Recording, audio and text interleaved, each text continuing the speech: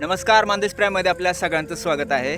मी सचिन शिंगाडे सध्या म्हसवड शहरामध्ये आहे. म्हसवड शहराच्या बाहेर माळावरती वडार समाजाचं कुटुंब या ठिकाणी आलं आहे. गेल्या 2-3 दिवसापूर्वी आपल्या म्हसवड नगरपालिकेनं त्यांच्यावरती कारवाई केली. अतिक्रमण त्यांचं हटवलं, परंतु त्यांचं अतिक्रमण हटवल्यानंतर ते राहणार कुठं, ते जगणार कसे, ते काय, त्यांचे मुलांच्या शिक्षणाचं काय, ह्यांची कशाचीही पर्वा न करता, कशाचंही नियोजन न करता त्यांना त्या अतिक्रमणाच्या जागेवरनं हटवलं. आणि आता ते सगळी कुटुंब, जवळजवळ 8 ते 10 कुटुंब आहेत, ते सध्या या माळावरती आलेले आहेत. मी तुम्हाला हे दाखवण्याचा प्रयत्न करतोय. हे त्यांचा सगळा संसार आहे, तुम्ही बघू शकता. हा त्यांचा सगळा संसार आहे. आणि इथले अजून बरीच कुटुंब आहेत, वेगवेगळ्या ठिकाणी वसलेले आहेत. हे एका झाडाखाली हे आपला संसार यांनी थाटलेला आहे. इथं त्यांची लहान मुलं देखील आहेत. आता खरं तर त्यांची शाळा बुडलेली आहे, कारण आता या सगळ्या गोंधळामध्ये लहान मुलांची शाळा बुडली, त्यांच्या खाण्याचं वांदं झालं. 4-5 दिवस झालं त्यांचा अन्न गोड लागना. तर एक माऊली बसले, बाकीचे माणसं लोक गेलेत वीटभट्टीव कामाला. काम जर नाही केलं तर त्यांना संध्याकाळी घरात चूल पेटवावं लागेल. घर म्हणजे घर नाहीच त्यांना संध्याकाळी खायला काय, ह्या त्यांना प्रश्न पडतो. त्यांची चूल मी तुम्हाला दाखवतो.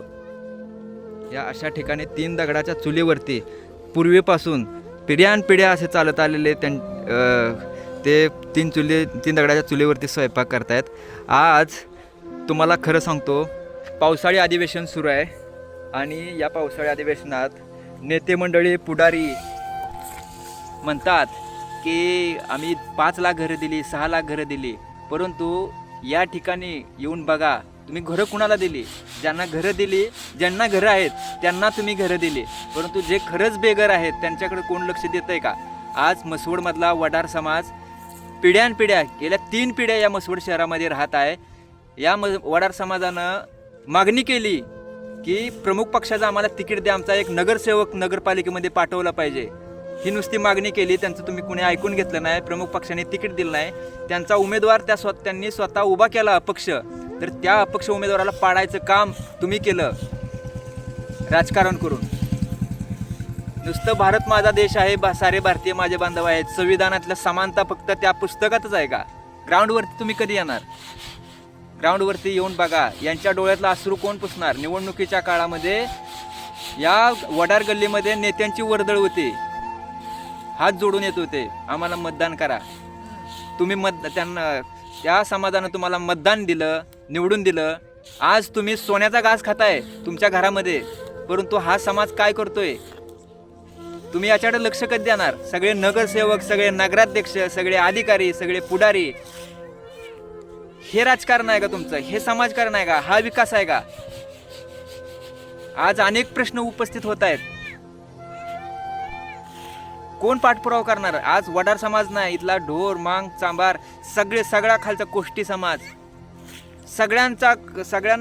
सगळ्यांसमोर प्रश्न आहेत. त्यांच्यापर्यंत तुम्ही पोचताय का? आज या म्हसवडमध्ये ढोर समाजाचा एक मोठा कारखाना येत होता. राज्यातले व्यापारी या ठिकाणी म्हसवडमध्ये येत होते. हे सगळं बंद पाडण्याचं कारण कोणाचं?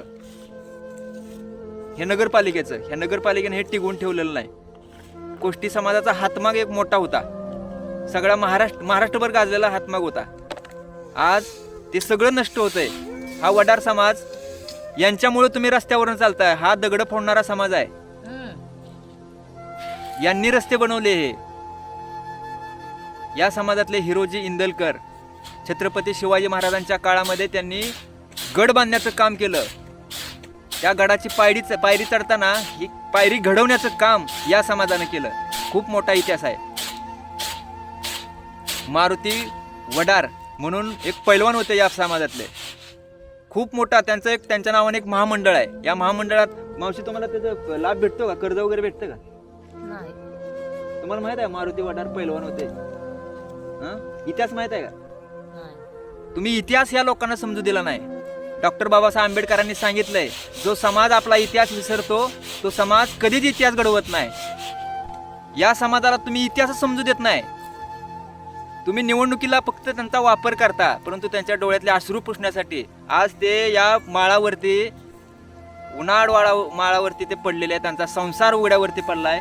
इकडे त्यांचे लहान लहान लेकर, ही लहान लहान लेकरं, त्यांचे शिक्षणाचं वय आहे, त्यांचं शिक्षणाचं वय आहे त्यांचं.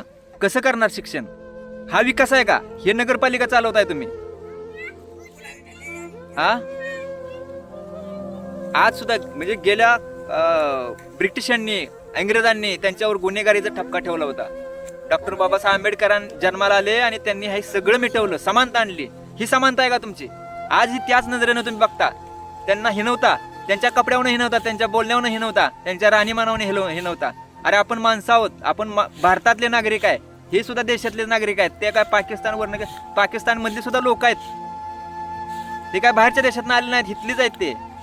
आणि तुम्ही जर त्यांना अशी वागणूक देत असाल तर काय तुमच्या आमदारकीला, तुमच्या नगरसेवक पदाला, तुमच्या नगराध्यक्ष पदाला, मंत्री पदाला काय अर्थ आहे?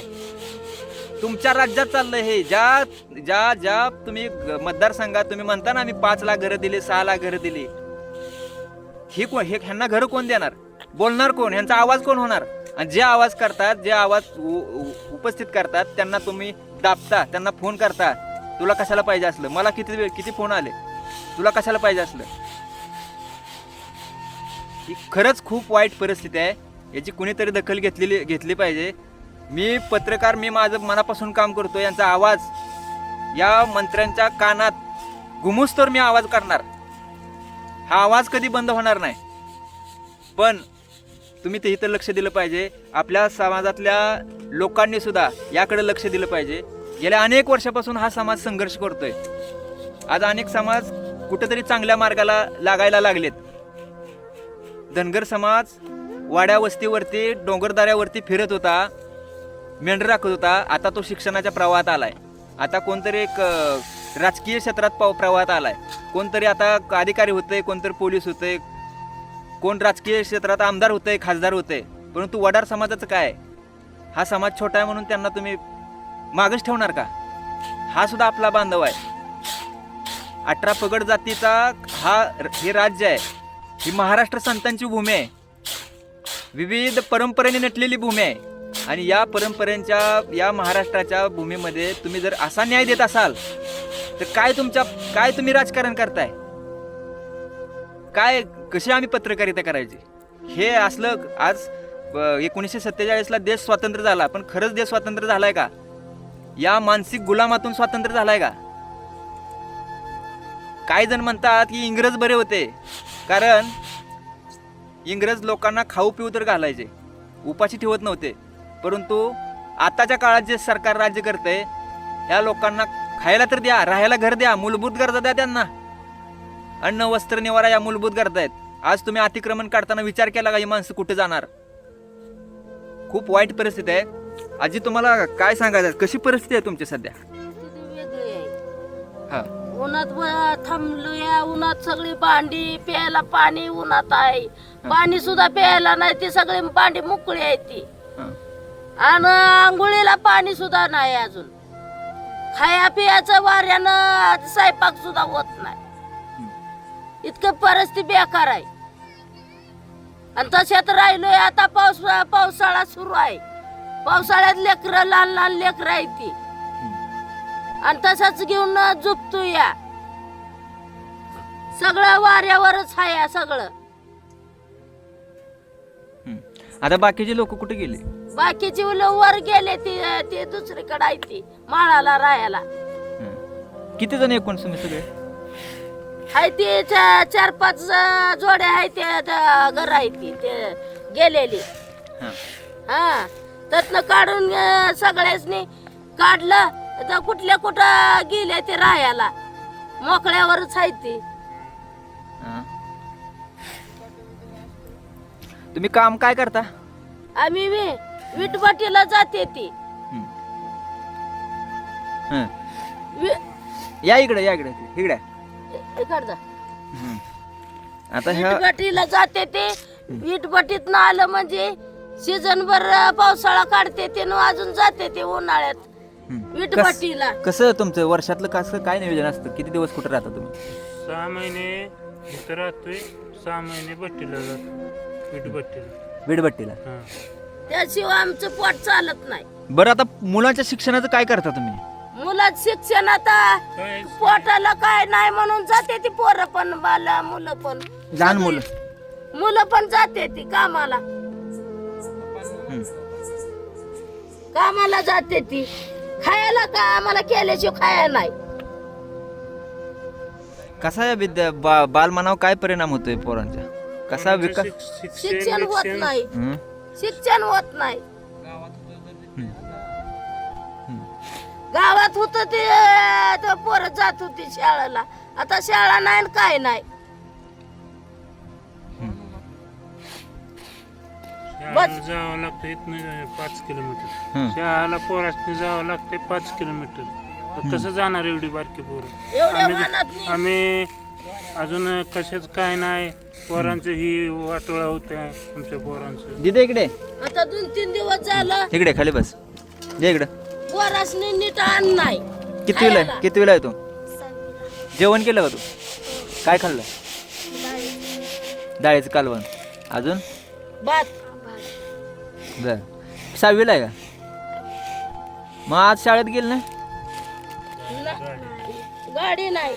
आता कुठनं जाय चालत पुलावरनं जाय येतंय का एवढ्या वाहनात पोरं?